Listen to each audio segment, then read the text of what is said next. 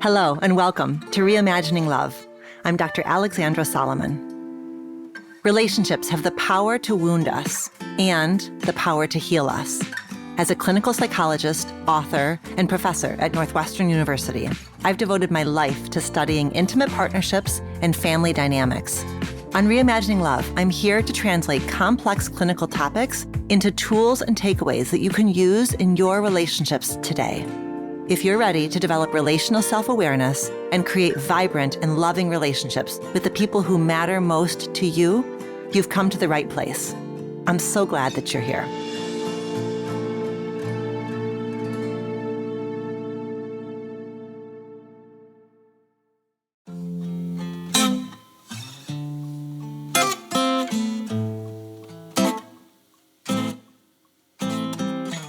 Hello, dear listener. Welcome back to Reimagining Love. I am so excited to have two of my very dear friends join me on the podcast today. It's Mark Groves and Kylie McBeath. Mark Groves is a human connection specialist, founder of Create the Love, and host of the Mark Groves podcast. His work bridges the academic and the human, inviting people to explore the good, the bad, the downright ugly, and the beautiful sides of connection. He also is one of the greatest cheerleaders and most tireless supporters of my work over many, many years, and he's a really treasured friend of mine. And Kylie McBeath, his wife, also known as Being is Beautiful to her Instagram followers, shares daily wisdom and guidance and teachings about relationships and spirituality and embodied liberation. And she is just a wide open and warm soul. In our conversation, Mark and Kylie get vulnerable about their relationship story, the story that inspired their brand new, wonderful book, Liberated Love. Release codependent patterns and create the love you desire. Through sharing their journey of breaking up or taking a sacred pause, as they rebrand it in this book, to focus on their own inner healing work and then coming back together, Mark and Kylie provide a roadmap from insecurity and codependency toward what they call liberated love. What is liberated love? It's a relationship that allows true self-expression, a relationship that is founded in safety and a dedication to honoring your truth. I'm always so grateful for Mark and Kylie's warmth and openness. And as you'll hear, the honesty and compassion they brought to this conversation inspired me. And I hope that it will inspire you as well. Enjoy.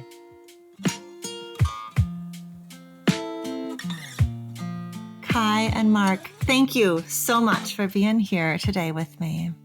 It's such an honor to be in this space, in this conversation, and to see you. Thanks for having us. I'm always more excited to hang out with you, Allie. You know, we have been working on this friendship now for years. The first time I met both of you was 2017 on Vancouver Island when Mark hosted his Masters of the Universe conference. And since then, it has been many, many, podcast conversations and parties and lunches and dinners and tech companies and e-courses and so many heartfelt conversations and thought-provoking conversations. I always learn so much when I spend time with both of you. So I'm really happy to have you here and to celebrate you. You guys have written a kick-ass book. It's so good. It's so good. Congratulations. Thank you so much. Coming from you, that's really, that means a lot. Because we love your books and they've been such beautiful teachers for us on our journey. And so to hear you say that means a lot. So thank you, love. So the way that we always start when there are guest experts in this Reimagining Love space is with the relational self-awareness question. Can I hit you both with it? Let's go. Okay. So how are each of you reimagining love in one of your important relationships these days? You want to kick it? Me. Yeah, Okay. You're ready to go. You're gearing up. Well, having a 1-year-old has definitely made it so I'm imagining love with him and figuring out how to be a dad. And that involves the reimagining of the relationship between Kylie and I, because we went from being a couple to being parents.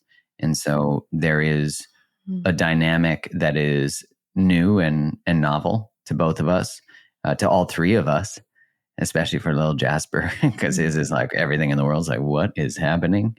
But with Kylie, that's certainly shifted things, because having a third as the father, there's definitely been challenges with feeling like I'm a third. They have the primary connection right now. Like really, and Kylie holds that beautiful space to have those conversations, and how do we prioritize ourselves as a couple? And how does Kylie get space to prioritize herself in whatever capacity that's even possible right now? And yeah, so I feel like it's a work in progress continuously. And I'm grateful that we have the tools to be able to reimagine that in a way that feels hopeful, and that something deeper is being born from this, no pun intended. I think it's really important that you, for as well-tooled as you are, as both of you are and have been going into this journey, I think it's really important that you are like normalizing that, yeah, this is a transition. This is like brand new territory. You can have, thank goodness you have the tools and you are leveraging your self-awareness in this chapter, but it doesn't mean it's not confusing and like kind of a reorganization nonetheless, right? Like the tools don't guarantee smooth, easy breezy. No, they've maybe made it less bumpy, but it's still bumpy. It's bumpy because they're feelings of like, they're not new. They like bring up old feelings from being a kid. So, it's also being able to explore when I see Jasper doing things, just being able to explore, how do I encourage him? All the different words, it's like I'm like, do I have too many tools sometimes? Am I too aware of everything and not let it just flow? Well, that's what they say is at the age of your child, you're reparenting your own inner child. So, and I don't know if that's different with the same gender. Like for Mark, it's like we have a little boy. So it's like, is Mark having to do more of that work? I'm not sure, but it's, definitely a journey back into the past and also into the present. And that reorganization, reimagining what does parenthood get to look like for us? What does motherhood, fatherhood, and then as a couple, how do we really build a family culture of love, of connection, of safety for Jasper? For me, reimagining love at this time in this chapter, so much of that has to do with resourcing. Like, how do I resource so that I can even reimagine, so that I'm not stuck in previous patterns or previous dynamics, or kind of falling back into being hyper independent. I'll just do it all on my own. Because it can be so easy when you're stressed out or overwhelmed to just, all right, screw it. This isn't working. I'm just going to default to what I know best. And so right now, the question that I'm living into and have been living into with Mark in our reimagining is how do we increase the capacity of our individual systems by honoring both of our needs and the needs of our child? And how do we resource so that we can show up well? That's like the biggest question, because I do believe that when we show up well, resourced and well nourished, and I know that that's a challenge at this time on the planet, and then we have to get really creative in how we do that. But when we can resource in those ways and kind of break through all of the narratives of like, I should be able to do it all on my own. Yeah, we get to reimagine what family, what coupledom, what parenting looks like. So I'm really excited about reimagining that right now.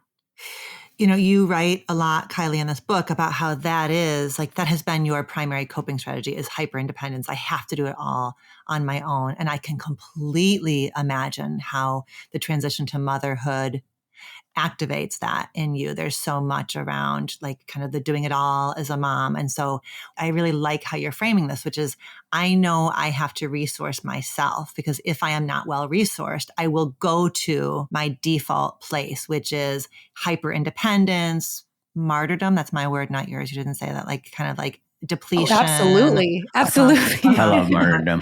I do everything. You're not doing everything. Like just a couple martyrs. Where are hanging you? out. It's like, it's so common that like that narrative, especially in the motherhood journey, to like fall back into that. I can feel it. Well, and what you're saying, I can imagine being confronting perhaps for a listener too, which is you're taking responsibility for your own resourcing so that, right? You're like, the way you started was I'm making sure that myself, Mark, all of us are well-resourced so that I don't fall into it, which is really different than saying Mark has to do more so I don't become a martyr. It's really different. So when you're working on making sure that you are resourced, what's an example? Like, what are you doing to resource yourself?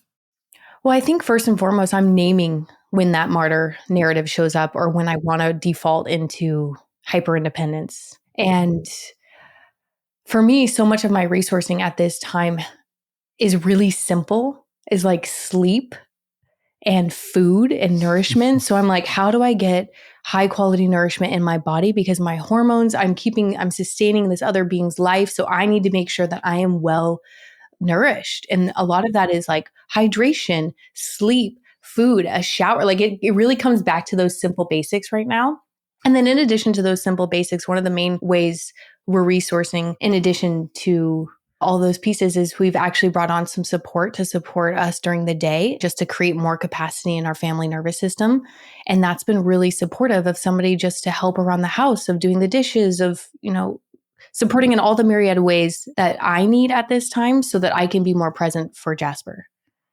And I feel very blessed that we have the opportunity to bring in additional support and hands.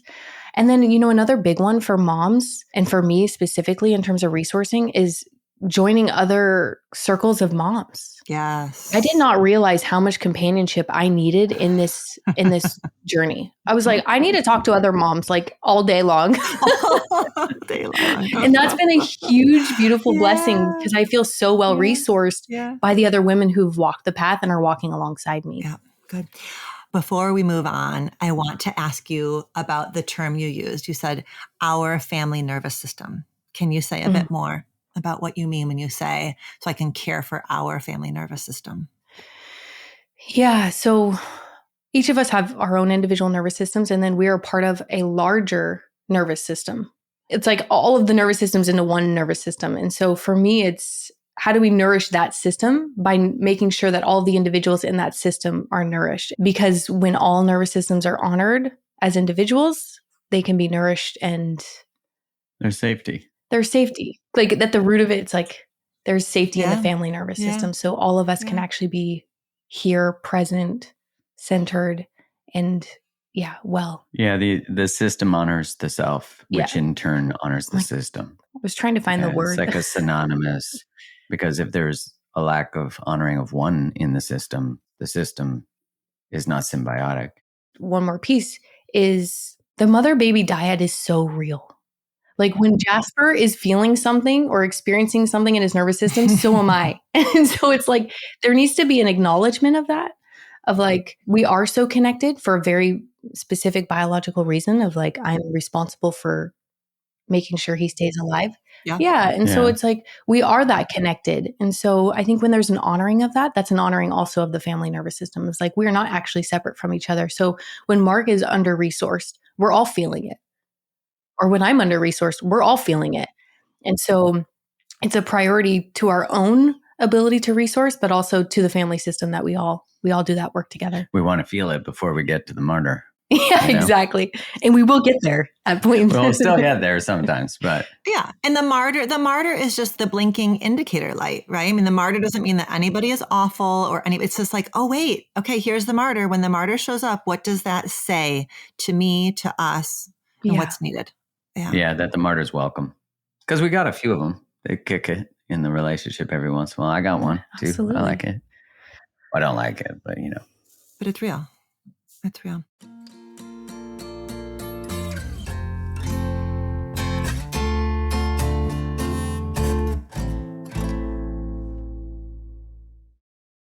Okay, so Liberated Love. Release codependent patterns and create the love you desire. The two of you open this book with a dedication. You dedicate the entire book to your previous partners. Why was that important for you to do? Because they paved the way. I think about like my previous partners reading this book and being like, well, he definitely wasn't like that in our relationship, which is truth, because I learned through these relational experiences and all of that woke me up. I always think when someone's like, I don't like this thing about my partner's past, I'm like, well, if you change that one thing, they're not. in front of you. Oof. Like you change that one experience. And I always think of that each experience creates the archetype of what you're pursuing, of what you desire in relationship. And for me, there was just such a sacred reverence to those human experiences that without them, I can't love the way I love. I can't. It just felt like a necessary appreciation for me, these wonderful women who have really, I think the ones who really tried to love me when I ran away, like as fast as I could. And I just think like, wow, thank you for all these experiences. And I'm sorry. And I'm turning it into something productive and helpful to other people.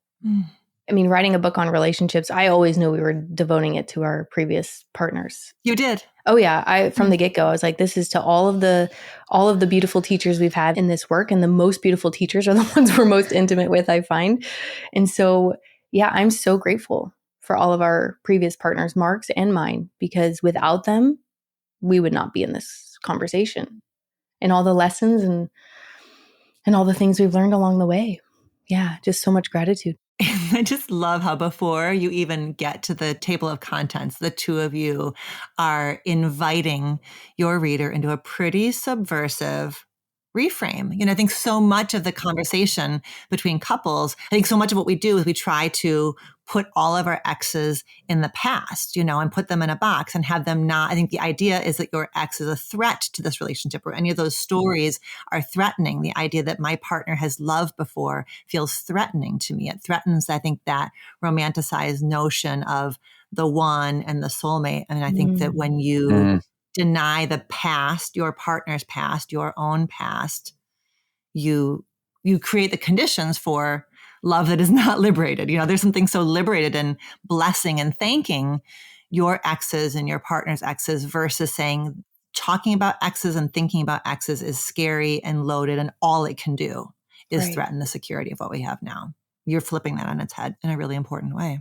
It is counterintuitive to think that the people from your past can be productive, mechanisms of growth, and that you can let someone go and appreciate the gifts that you learn from it.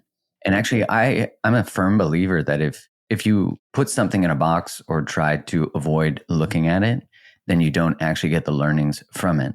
And then when we do that, then our past doesn't serve us. It actually becomes something we're ashamed of and afraid of. And I'm not negating someone's experience of the past. That can be obviously the experience of harm. What I'm saying is that you can hold the, as you so famously say, the both and, that you can have experienced being a victim of something and have actually gotten gifts from it. And that's a really hard paradox to hold for humans. So even as I say that, I just want to have so much compassion for someone listening, but it is not the negation of the experience. It's saying, can I alchemize this? Can I use this? Because even if we're in very sensitive circumstances, there still is a tool that we may not have had access to for whatever the circumstances were, that today we actually need that tool. And even from the macro to the micro, it's like I might not have been able to access a no when I was 5, but I need to access a no at 25. And if I don't know how to access a no, my yes is not a clear yes. My yes is not authentic. My yes still comes with small print. Not only is that, in my opinion, a disservice to a relationship, not just for the person you're in relationship with, but really for yourself, because you can't cultivate a deep level of self-trust if you don't have access to your voice. And if you don't have access to your voice, you can't authentically direct your life. And so that's where we start to delineate between the life we're living, that we're expected to live, the love we're expected to have, what is normal, so to speak, to being liberated in relationship, to actually stepping into that relationship and loving bravely. Very much pun intended. Hey. It's true. Like that courageous form of fierce love that is like, I'm actually going to use this relationship with you that demands that I find my voice. I can't be in service of the relationship. You deserve the truth. You deserve my voice. And that might rock us a little bit if formerly there wasn't a safe space, even within our own container. Yeah. And it could also be so easy to slip into shame, blame, and all of these narratives that really just keep us stuck. I know that for me after my divorce, I mean, I could have probably stayed in I'm broken, I'm bad, I'm, all of those narratives for the rest of my life. But at some point, you get tired of that narrative. You're like, okay, we're moving on. And I remember standing in my kitchen after my divorce, tears streaming down my face. And all I heard was like, if you don't do this healing work, you're going to sit in this pit of grief forever. And it was like, it's time. Like, you're not going to stop spinning out. Like, this is happening for a reason. You need to trust the journey that you're on and no more sitting in the shame spiral, because there's no power in that for me to move forward if I'm stuck there. I think a lot of the power of your book, Liberated Love, is that, it's one part memoir. Your story serves the reader, but it is also a book that is very much oriented to the reader. There's so much guidance and wisdom and generous offerings.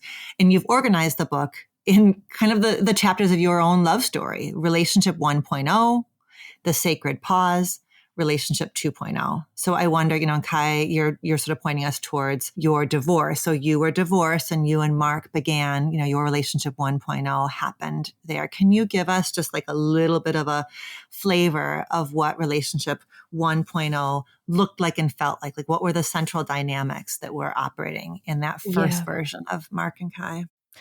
Yeah, I remember one of the things that I was super clear on after my divorce was, before you get into your next relationship, make sure you have a strong internal foundation. And for me, I was equating those words with financial stability, because I had been so reliant on my ex-husband for all of my financial safety and security. And in that exchange, I didn't have access to my voice, my full self-expression. And so after my divorce, the adult part of me knew, like, in order for you not to collapse into codependent patterns or to silence yourself, you need a strong internal foundation. And I was on my way when I met Mark, but I wasn't quite there yet. Like, I did not have the internal foundation. But he had these blue eyes and you were like, I mean, maybe I'm close enough. Listen, he was a charmer. He had these blue eyes. He was nice. He slid into the DMs. It was like, up? So I kind of just was like, okay, well, I can say yes to this because this feels good and exciting and quote unquote, all the things on my list. But there was a deeper truth, was that I still wasn't actually standing on a foundation of self-trust, of self-competence. And this is where things really started to slide in, is like, okay, well, I'm still going to move forward in my business and try to create this internal foundation within the relationship. And I did do that throughout our first 4-year relationship, which is what we call Relationship 1.0. And I'll say that because I didn't enter with the full access to my no, or to a full access to feeling this level of self-trust, I still entered on like yes and. So I felt split in our Relationship 1.0 because underneath it all, I didn't trust myself. I didn't have the felt experience that I can trust myself no matter what. And how that really played out in our relationship dynamic is I was still sourcing safety and security from Mark at the expense of my whole self-expression. So in Relationship 1.0, I didn't have access to anger. That was like a really big piece for me. And access to my voice and access to my boundaries and access to my desires. I thought, well, since he's the one who's wielding the control financially and the one that has more power financially, that I'm just going to let him make all the decisions. And so I kind of sat in the backseat until my soul was like, this isn't going to work for you. Like, and there's a difference between like the experience of financial dependence and actually having space to be yourself. Yeah. Like, when I hear wielding financial control, I'm like, I wasn't like explicitly being like, you can't do this. You can't. I would never do that. Right. But it was the experience that was a template that no matter what, even if she was liberated to use her voice, which she was, but like safe to speak up, safe to choose, safe to, that's not there anyways. Do you know what I mean? Like, she's living out a previous pattern that is operating on assumptions of how systems work. Yeah. Makes sense? Absolutely. Okay, what about your part, Mark? Like, what? Oh, I thought we were going to focus on Kai. No, we can't. No. How did it fit lock and key into your, how did Kai's stuff fit lock and key into what you brought into 1.0? Yeah, previous to her and I coming together, I had really been working on receiving love. I've been that was something I was explicitly exploring. Like I hadn't let anyone love me since I was 20-ish, since I'd been through a betrayal. And at this point I was like 35, so I'd spent a lot of time I'd been in relationships, but yet I didn't know that I ran from them because I was terrified. If I let them love me, I'd get betrayed again. I didn't trust myself in connection. And when I met Kylie, I thought I had put some of that to bed, so to speak. And I thought I had, because in the first 8 months of our relationship, there certainly was I felt like I was chasing a little bit, and I was conscious of that, and I brought that forward. And I had said, I feel like the moment I get close to you, you move back, and I'm not interested in that. And I wasn't, although apparently I had 4 more years to learn that. Which, hey, never too late. And she had brought forward, we talk about it in the book, that I was sensing something accurate. And it was because she had had a dream of a house burning, and the house was our relationship. And in the dream, she heard, you have to go, or it's time to go. It's time to go. Yeah. And so she brought that forward in a conversation. We were in Australia, I remember, staying in Bronte. I remember. You remember these things. So finally it was sort of explicit, right? Like now I wasn't picking up on it from like a nervous system perspective, and intuitively it had been brought forward. She had been holding it by herself, which that's not something a one person can hold. The relationship has to hold it. But then also the person who's being told that has to hold some sort of standard, right? And that's actually what brings forward or invites the healing, whether it's together or not. It is actually the standard of, look, you might need to go. I honor you need to go, but I can't be with someone who might go at any moment. And I did say that, but I remember doing somatic work after our breakup in our coming back together, because I still sensed this deep lack of trust in what she was saying. Like, I'm choosing you, I'm ready. And I'm like, you said that. I don't trust your choice. And she would say, I'm not going anywhere. This isn't the coming back together. And that was everything I needed to hear. I never heard it before, and I never heard it authentically, because previously she would have said, I'm not going anywhere. And so that would kind of make me melt, but a little bit, there was a lot of grief in hearing that. Yeah.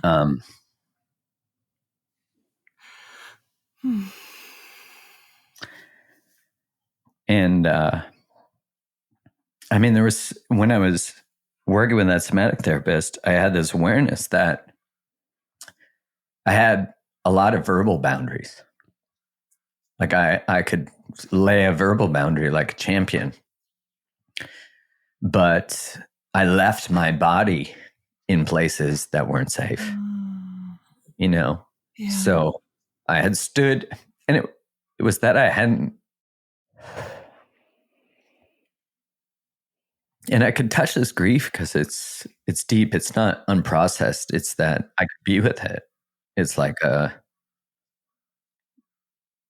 reminder of what happens when you forget about yourself, and when you don't have the tools, and you don't know, and what's normalized in your relationship experience, and then you wake up to the fact that it's normalized, that like somewhere you learned that it's okay to be with people that don't fully choose you. Yeah.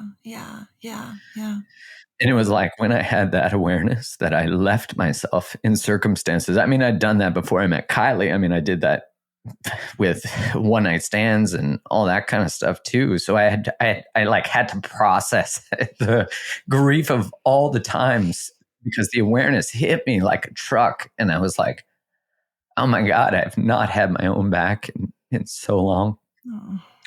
So in our ending,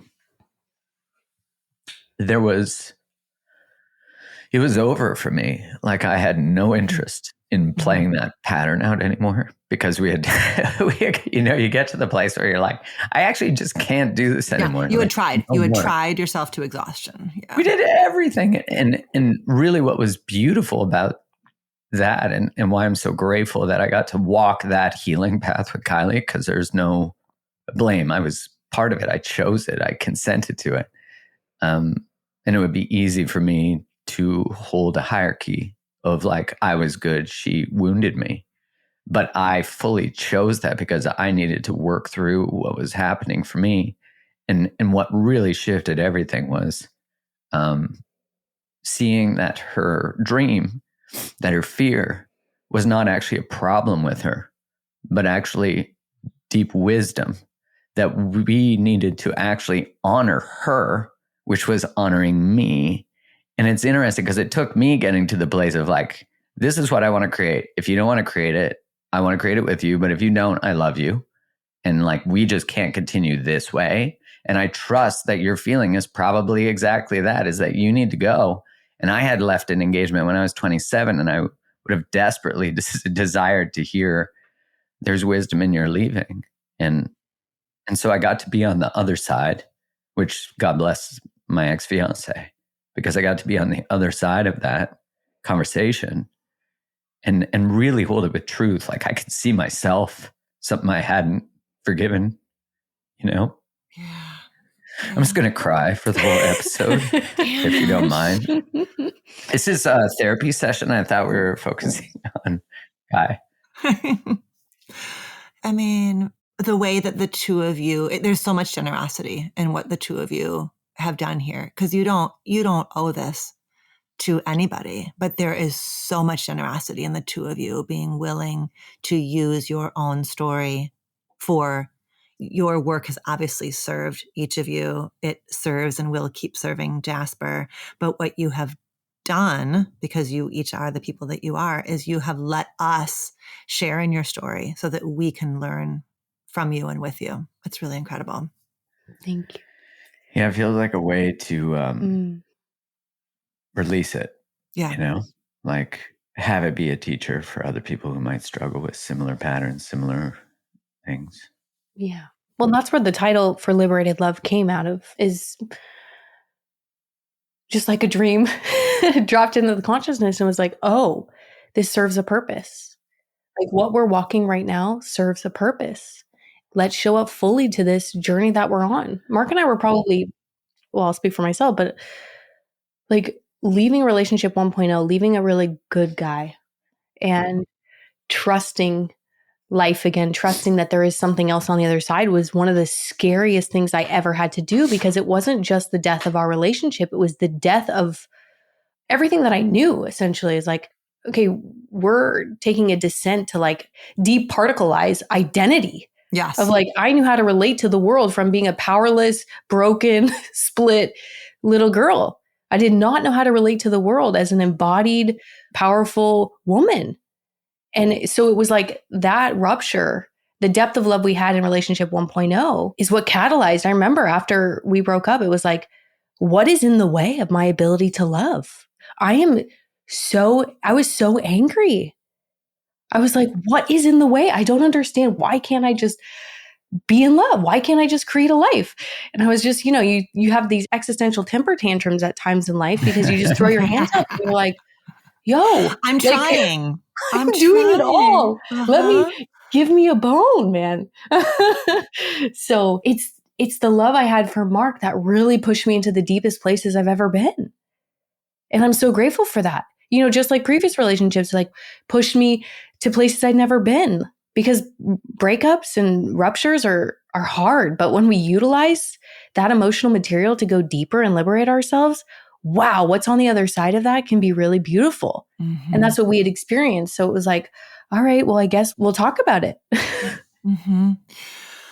I want to stay on this part. So I want to talk about what you have built in relationship 2.0. But before we fully move out of 1.0, this is the part of the book where as you talk about your version 1.0 of your relationship, this is where you are helping readers understand family of origin wounds and attachment and codependency. And I think that the two of you have just a really effective way of talking about codependency, the ways that it keeps us hooked and exhausted, because that was what, I hear for both of you, like that pairing of trying, but I was trying to get her to choose me. I was trying really hard to believe that this was all on me, the amount of effort that you were putting in. Can you tell us a little bit about why it was so important for you to focus in this book on codependency and really help your reader understand it and notice it and work with it? Yeah. So just for the listener, how we define codependency in the book is any relational dynamic where we outsource our safety from someone or something at the expense of our needs, our well-being, and our wholeness. And the key words being at the expense of. So when we're sourcing this safety and security from someone else or from something at the expense of ourselves, we don't have access to real choice, because there's a difference between need and want. It's like, I actually need you to be okay versus I want to be with you and I am okay on my own. So we really wanted to support the reader, just like we supported ourselves, in identifying, where are you sourcing this safety and security and at what cost? And how do we begin to resource ourselves? Going back to my favorite word, how do we resource ourselves so that we have access to more choice and agency in our lives? And that will look different for every single person. The way that chapter 2 ends is you have this exercise, and it's called, Where Do I Source? And you basically have us write down and journal about these 4 questions I think are so freaking powerful and confronting. What am I sourcing? Whether it's validation or safety or security or worthiness, from whom or from what? From relationships, from men, from women, from work, from money, from beauty, at the expense of, that's the part, Kylie, you were just putting a big star above, at the expense of my wholeness, my voice, my sovereignty. And is this dynamic sustainable for me energetically, financially, emotionally?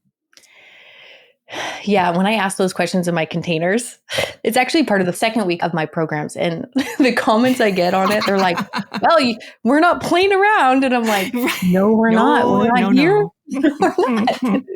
It's very confronting. It's very confronting. Because you start to see that, and this word might also cause a stir, but you start to see that it's manipulative. That it's manipulative in a way that you're trying to create safety. So it comes from a good place. It's what worked till now.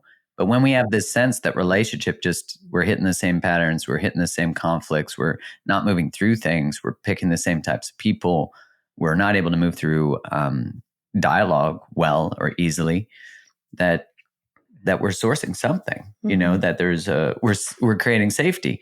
And so it's interesting when you start to sit with the truth of, like, at the expense of, because then you now have to be with, much like I was sharing, that caused me to break into tears, that like I'm sourcing safety, but at the expense of being safe, witnessed and truly safe. It's the illusion of safety, because it requires the abandonment of self. And that's a biological process before it's conscious. And so we're saying, let's make it conscious and start to be intentional about what you decide to, because people think the opposite of codependency is overt independence, but it's not. It's actually to be able to be in relationships that are reliable, to create safety. Mutuality. Yeah, mutuality. That, one of the principles of Liberated Love is mutual positive regard. That's what we're saying, is like, can we create a space that's about mutual positive regard, that I might need to pay for more things right now because you're not working. What does that bring up for you? Is there something you exchange that you unconsciously feel unsafe to speak? Let's bring that forward. So you make what's implicit explicit, not just get rid of everything, Yeah. So as you write about relationship 2.0, I think the most powerful to me element is the way that in relationship 2.0, what each of you is deeply committed to is this idea of, if it's coming up for you, it's coming up for us. And you cite something that is from John Gottman's work of, like, babe, when you have a problem, the whole world stops, and we look at it together. What is so deep in what you're talking about here is, it's not a courtesy. It's not about being nice. It's not about saying, like, I love you, therefore I should listen to you. It is about, no. We are interdependent. Therefore, we trust the deep wisdom of each of our bodies, and the noticing what Gottman calls that, like, low negativity threshold, like noticing the whisper and the murmur, so it doesn't have to become a roar, and so that you can really tune in. And you give an example later on in the book when you're talking about relationship 2.0, something that happened around a ticket that was being bought for a visit. Do you remember this example? Yeah. You talk, Absolutely. I think it's such a good example of, like, what's coming up for you is coming up for us. And therefore, even if we're scared, even if it's going to rock the boat, our relational agreement, our relational commitment is that we surface it. Yeah. So Kylie was going to come to Vancouver to visit. This is in the reimagining of 2.0. And I had said, I'll pay for your plane ticket. And she had said, no. No, I said, yeah. Oh, she did say yes. Yeah. And then when she came to the house, I remember she was sharing that she had felt like she couldn't receive it. Mm-mm. How'd it go? Yeah.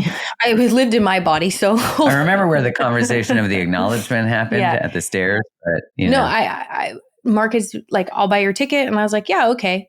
And then immediately after accepting this, my nervous system went like full tilt, or I was like activated. I didn't feel well. And immediately I internalized that. I was like, okay, there's something wrong with me. I can't receive this. Yeah. What's wrong with me? He's being nice. This is a gesture. And it kept stewing. And I was like, wow, okay, maybe this is the wrong move. Maybe I shouldn't go to Vancouver, like trying to just like mentalize what was actually my body saying. And then I just was like, screw it. I'm just going to tell Mark, like, for whatever reason, my body is having a moment, a trigger, or being activated by you offering to pay for my ticket. And I don't know what that is. And in bringing that forward to Mark, you replied. Yeah. I love how my memory skipped over your nervous system experience. She's got it. I remember her sharing it with me and me having this, oh, whoa. Because when I had offered to pay for her flight, I had just heard this voice be like, if you pay for the flight, you've got her. Oof. But I had thought, well, that's not genuinely real. Like that's not true. I kind of thought of it like a little golem in me, my precious. So when she shared what she had experienced when I offered to pay for it, I was like, wow, maybe I'm just going to share something that came up for me. I heard this little voice say, if I pay for it, then I got you. And then there was just this acknowledgement because I said, wow, maybe your response is actually noticing my deeper manipulative technique that I don't even know I'm doing, but now I know I'm doing. And that means I did it it wasn't a clean exchange. And I remember that just being this beautiful moment of Kylie starting to really, truly see, like not just see for herself, but it to be honored from the external, that her responses and intuition and guiding was not a problem with her, but rather wisdom. Yes. And that changed a lot because it validated her not being broken, but actually brilliant. It changed everything. Yeah. It reestablished safety. Yeah. And it opened the door by you being brave enough to put your little kind of whispers from within you, by you being brave enough to put that in the space between the two of you. It allowed Mark to then share, you know what? There's something going on my part too. And what I hear loud and clear is then it did not become figuring out who screwed up or who is the bad one or who has more pathology. It was just like kind of a, like that study response, like that, okay. It was so cool. And this has happened so many times in our relationship 2.0 of coming back together, of like honoring each other's somatic signals and bringing it forward without, needing to change, fix, etc. And letting us both sit with what is going on underneath our conscious awareness. Mm-hmm. Because there's something our bodies are telling us that we don't have words for or maybe can't identify. But every single time we bring it forward, he goes deeper, I go deeper. And I'm like, oh my gosh, I've been waiting my whole life for someone to acknowledge that little golem. Or, you know what I mean? Yeah. I was like, I'm actually been feeling that. And thank you for acknowledging it, because now I can actually trust you. Yes. Yeah. And the little golem doesn't make him a bad guy, doesn't make him manipulative. It is a part. It's a part of him. But I'm happy it's at the table now. Do you know what I mean? Yeah. Well, yeah, that little part is right. That little part just wants to be near you and to be connected to you and to yeah.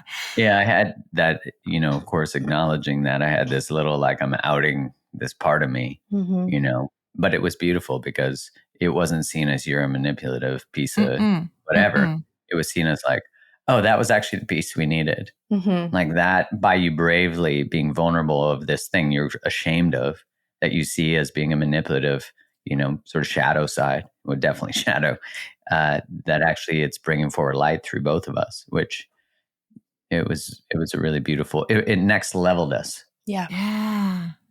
And Kai, what you're saying is that it goes the other way too. Like there are times that Mark will turn to you with something that's happening inside of his body, a little inkling, a little something going on. And then your commitment is to bear witness to it and work with it as well. Huh? Absolutely. And there actually more recently in our relationship, we've had a big one where Mark's like, body, something's coming up. And I was just like, I can't see it. I don't know what you're talking about. And like, he kept bringing it forward. And I was like, I'm open to looking at it. I'm open to sitting with it. And then like, you know, with our shared devotion and agreement to truth and bringing these things forward and examining ourselves, relational self-awareness, we actually started to get to a deeper root of a pattern that had to do with home and landing and place and just like really old stuff that, again, you don't know is operating until somebody's body is like, hey, something's off here. We got to look at it. And so, yeah, it goes both ways. Well, and Kai, what you're saying is like, sometimes in the moment, you know, the example that you gave of the ticket, it sounds like it pretty quickly clicked in. You shared something, Mark synced up with it, but you're saying that there are times too where Mark may say, hey, I have this thing that's going on, and you may not know right away what your piece of it is, but that doesn't mean that then the verdict is, you know, this is a Mark one, this is just Mark. It just is, we don't know yet. We don't know yet what the like full, deeper relational bit is here, but it doesn't mean that the door is closed. It just means that Kai isn't right away connecting to the relational piece. Yeah. Mm-hmm. She has a little. Sometimes it takes time. She had a little reluctance on that. Sometimes one. it takes time. Came to it. Yeah. Sometimes it takes time. That's right. That's right. Sometimes you need a couple reminders of like, nope, there's still something here, and I'm like, okay, yeah, really, I'll go deeper, it or took me saying, I'll resource from somebody else. And I imagine when there is a new, you know, when there's a new baby and when there's sleep, like all these contextual variables, right, that do take us, you know, even if you very much want to be connecting and understanding your part of it, there are things that for either of you can make you distractible, can make you a little bit like, you know, not quite as well tuned in as you are at other times. Yeah. Mm-hmm. And I always tell them, like, I have blind spots. I'm aware of that. And so I appreciate you for continuing to presence this. I'm willing to look at my blind spots. I can't see them right now, or I might need to bring in a third person, or I might need to talk to somebody to help me see this, or let's bring in some additional eyes so that we can work through this and find the roots. And luckily, you know, we continue to find the roots, and it's actually, I don't know, maybe it's liberating, honestly. It's so fun. It brings peace because there's no longer, the nervous system isn't dysregulated about not being able to organize. You know, it's like when you have something coming up for you and there's not an ability to contextualize it or pathologize it. And I don't mean in the like, I always need to pathologize everything, but I mean being able to, as you talk about, to be able to name it and then actually deeply connect to what it is and then choose.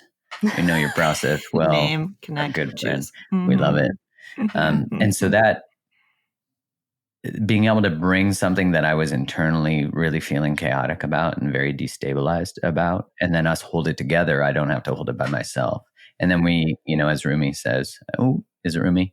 It might be Rilke. I think it's Rilke, to live the questions. And so that's what we started to do instead of like seeking an answer, like it has to be this. How do we live the questions of, and for us, the topic is home. Where's home? Yeah. Yeah. I know that so many people who are listening want to understand how you moved from your sacred pause. So you guys write in the book that a sacred pause is what you call it if you get, it's a fancy way of calling it what it was. If you get back together, if you don't get back together, it was just a breakup. But for the two of you, it was a sacred pause. And I know that there's a lot of like curiosity about what does that like transition, what did that transition look like out of the sacred pause and the space and the distance and the breakup to the two of you kind of dipping toes and more toes back into connection with each other. Can you talk a bit about that? Yeah, I think for context too, like the book is written for anyone of any relational status. 100%. Yeah. And the reason I say that is because the sacred pause is really the pause between old behaviors, old relationships. As Esther Perel would say, get divorced and stay together. It's kind of a similar concept that, you know, as Stan Tatkin says, like the reason relationships end is because they fail to create really solid agreements at the start.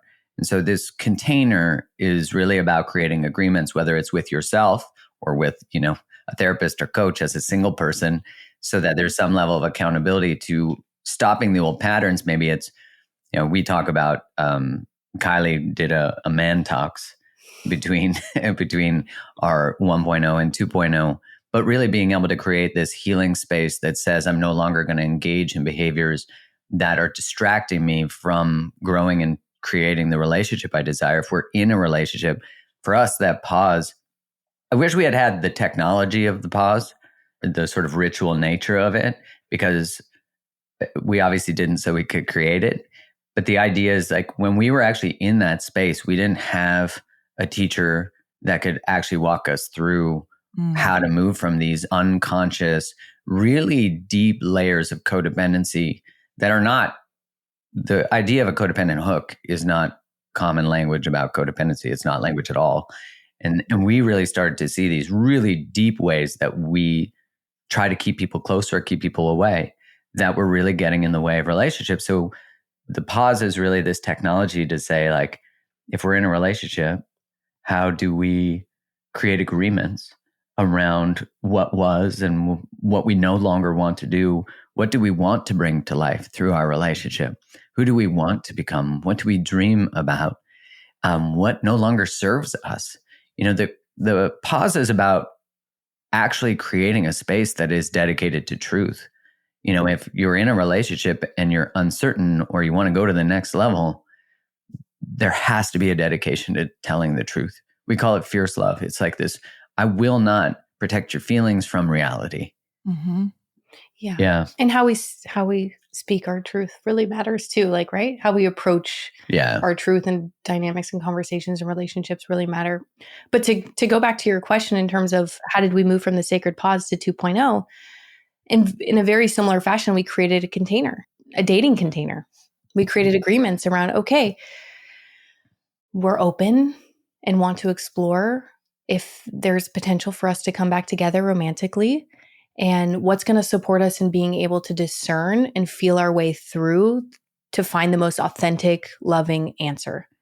And so for us in that dating container, we said, okay, we're going to date for 3 months and we're not going to have sex, because sex just clouds things.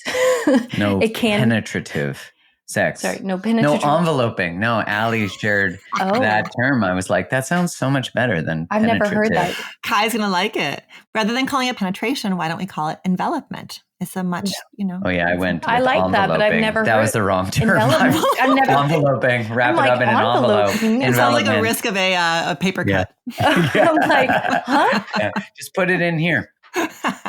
Yeah, we just took it off the table. We were just like, let's not, because hormones and, we're mammals underneath it all too. And that plays a role, and it also creates sexual hooks and can cloud our discernment. At least in our experience, it can cloud discernment. And I would say that it can cloud discernment for all, but not receiving financial support through Mark, because that just couldn't be. We just needed to move it off the table so that we didn't have to deal with that in general and getting in the way and muddling our ability to discern.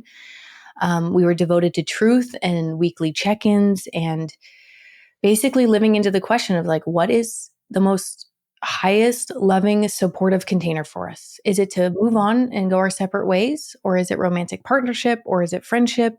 And week by week, Mark and I continued to live into that question. And in that 3-month dating container, we moved through a lot of stuff, a lot of stuff that needed to be processed and integrated for us to fully arrive at a yes. Yeah, that process, I was the catalyst to my tears, was that conversation about working with a somatic therapist. And that was during the container, because I was realizing that I was bypassing that was this relationship a fit for me. I was already like, well, we're back in and it's going. And actually through the container, I was able to see that I accelerate things to create safety, but not because they're safe. I try to put labels on things to create safety, but not because they're safe. So I exit discernment and go into this coping strategy, this survival strategy that is like really rooted in the desire for closeness, but trying to create certainty on a false sense of security, and so that allowed me to stay in my body, to stay centered. And that's why throughout the book, we refer to, there's really no healing incomplete of healing the nervous system. Like, you have to bring the concept of the nervous system into it, because all those things we do that we're like, I don't know why I do that, it's not a great, I don't want to do it, is really led by that. And so we were able, through the container, it really offers an opportunity to both co-regulate and then through that self-regulate. Yeah. And it is through the shared safety that there starts to be an ability to self-regulate, which of course, through motherhood and fatherhood and all that kind of stuff, that's how we learn it. And some of us don't learn it. And so for me, a lot of that was being able to be with Kylie in the questions in the container that it brought forward. And I really am so grateful for that. Yeah. Yeah. Oh, you guys. Thank you. Thank you for the work that you have done individually and the work you have done together. And then the work that you share with us. I mean, you both bring so much thoughtfulness and care and integrity to what you create. Thank you. Thank you, love. Thank you for this conversation. Yeah, this was so fun. Thank you. As always, such a joy to be in combo with you. Well, I know that people just tell the people where to find you. So we've got links. We will put links to the book in the show notes. The book is available wherever books are sold. We love to send people to bookshop.org to buy their books. It supports the indie booksellers. But what are the ways to get to be near you and to keep learning from you? You can go to createthelove.com/liberated love, and that'll bring you to all the links to get it. But you can get it wherever you want to. If you use bookshop.org, you could support a local bookstore. Amazing. If you go to that link, if you put in your order number, you can get a free download of a meditation we created, as well as a workbook that goes along with it. And thank you to everyone for listening. And yes, please order the book. It's a really powerful guide into how to do this. And Allie, thank you so much. We love you and appreciate you dearly. Oh, and thanks for putting me on your couch today. Loved it. I loved it. Thank you both so much. I love you as well.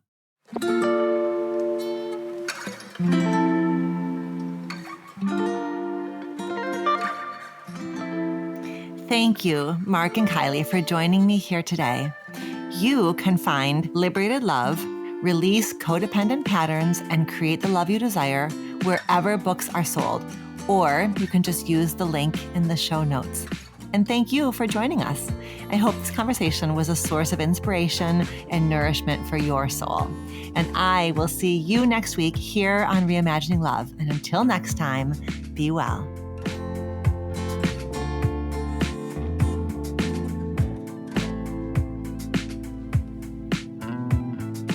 Reimagining Love is produced and edited by Emily Reeves. Our theme music was composed by Slade Warnkin. Do you have a relationship question that you want answered on the show? Visit reimagininglove.com to send in a written or audio question. Questions can be about intimate partnerships, family relationships, friendships, you name it.